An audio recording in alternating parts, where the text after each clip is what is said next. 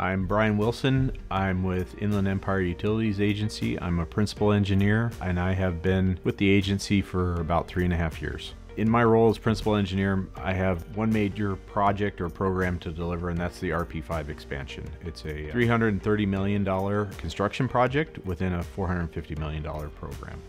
I started working on this project with the agency in 2017, and the agency was already using CIPO to deliver other capital projects. The RP5 expansion project is doing really two things. One is it's expanding the liquids capacity of the existing plant. That expansion is needed to support growth here in the Chino, Ontario areas where the agricultural lands are being converted over to residential and distribution. That'll increase the flows coming to the plant within the plant's service area.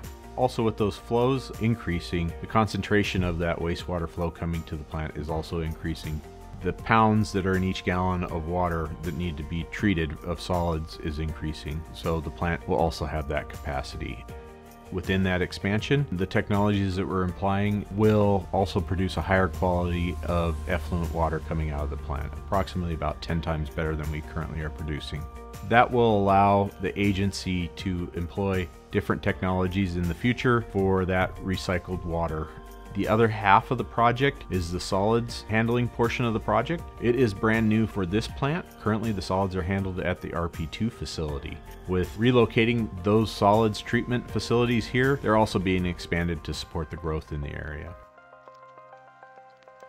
Dollar value isn't always an indicator, it's the complexity of it. You do need a tracking software. At the high point, we had 300 people out here working on this project. You have a lot of people entering data and conveying it back and forth as well as to the design team. So you can't keep that all straight in an email system. You need one consolidated system that is project specific.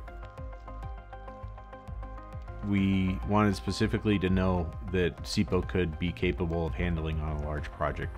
We wanted to make sure that we were tracking with CIPO were the RFIs of what was the reason behind the RFI. It can also help us identify, do we have a deficiency in an area of a certain discipline or a certain set of drawings specific to this project.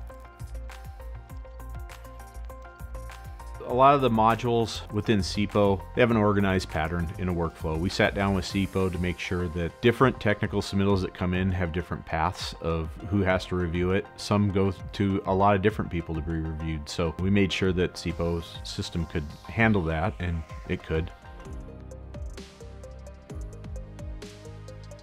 Everybody's systems and processes have changed due to COVID. We had to implement a few of them throughout the project. So as we've gone through and found things or said, hey, our process internally at the agency has changed, they're understanding what we're requesting, and then they take it back and implement it within the software to make sure that they can do it and recreate it successfully every time.